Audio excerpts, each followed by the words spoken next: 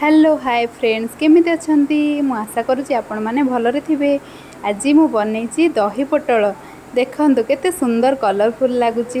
देख आसंतु देखिए केमती बनैली। प्रथमे पोटल को काटी देली, काटिकी पानी रे पके देली। देखंतु केते सुंदर देखा जाउची। कोन पय एते सुंदर देखा जाउची कारण चोपा को ताको छडै देइची सेथि पय भल देखा जाउची। आपण माने एमती करिवे। प्रथमे पोटल को आनिबे, भल भाबरे धोई देबे। धोई सारला परे ताको एपट सेपट काटी देकी चोपाटा को छडै देबे।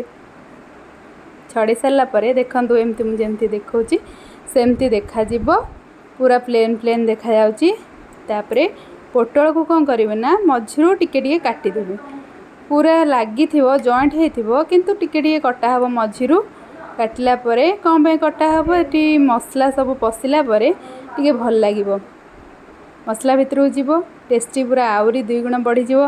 चलंतु देखिया तापरे कोन करिया को हबो। देखंतु केते सुंदर भाबरे मु काटी देइची 3-4 टा कट्टा काटिची। देखंतु एमती बुले बुले देखौची आपण माननकु। निश्चित भाबरे एमती बनेकी खाइबे। हमें तो खाइलु बहुत टेस्ट लागिला। प्रथमे कड़ाई बसेली, तापरे तेल किछि देई देली। मु एठी रिफाइन तेल नेइची, आपणक जदी इच्छा नै परिबे सोरिष तेल।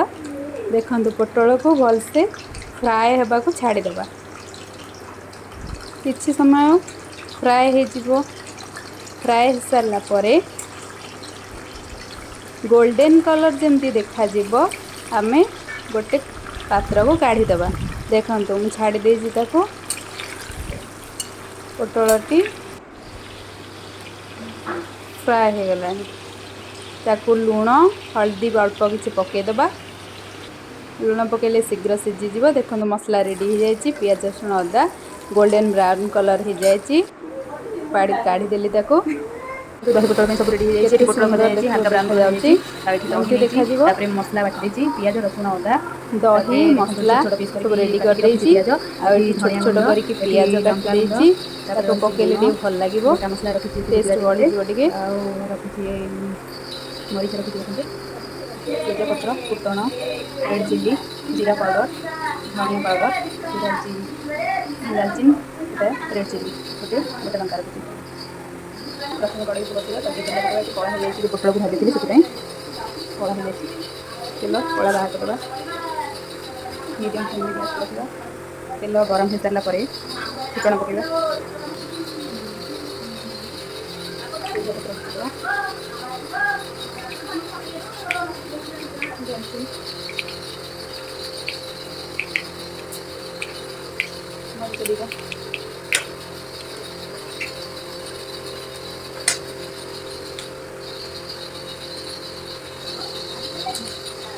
काटिक रखी छोट छोट कर प्याज पकड़ गोल्डन ब्राउन कलर है प्याज हो चेंज करेंगे तापर पकईदेवी मसला जो बाटिक रखिए। देखो हो गला गोल्डन ब्राउन कलर।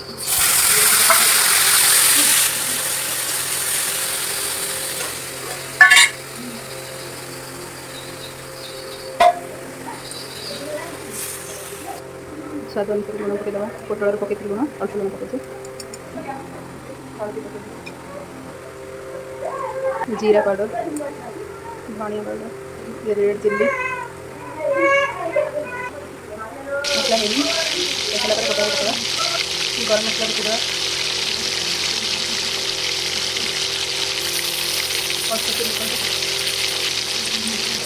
गरम मसला पकई मिक्स कर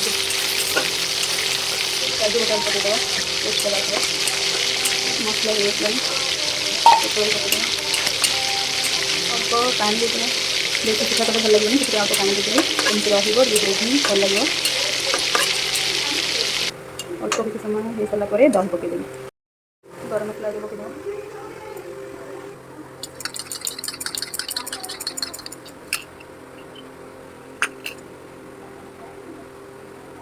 देखते हो सारा पोटल गैस फ्लेम को ऑफ करदेवा। दही देदेवा भल भाव मिक्स करदेवा।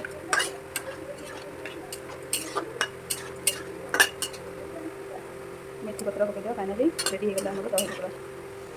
एमती घरे बनई खाँतु और निश्चित कमेंट करूँ कमी लगे दही पकड़ा। ଭିଡ଼ିଓଟି ଭଲ ଲାଗିଲେ ଲାଇକ୍ ସେୟାର ଆଣ୍ଡ ସବସ୍କ୍ରାଇବ୍ ନିଶ୍ଚିତ କରିବେ।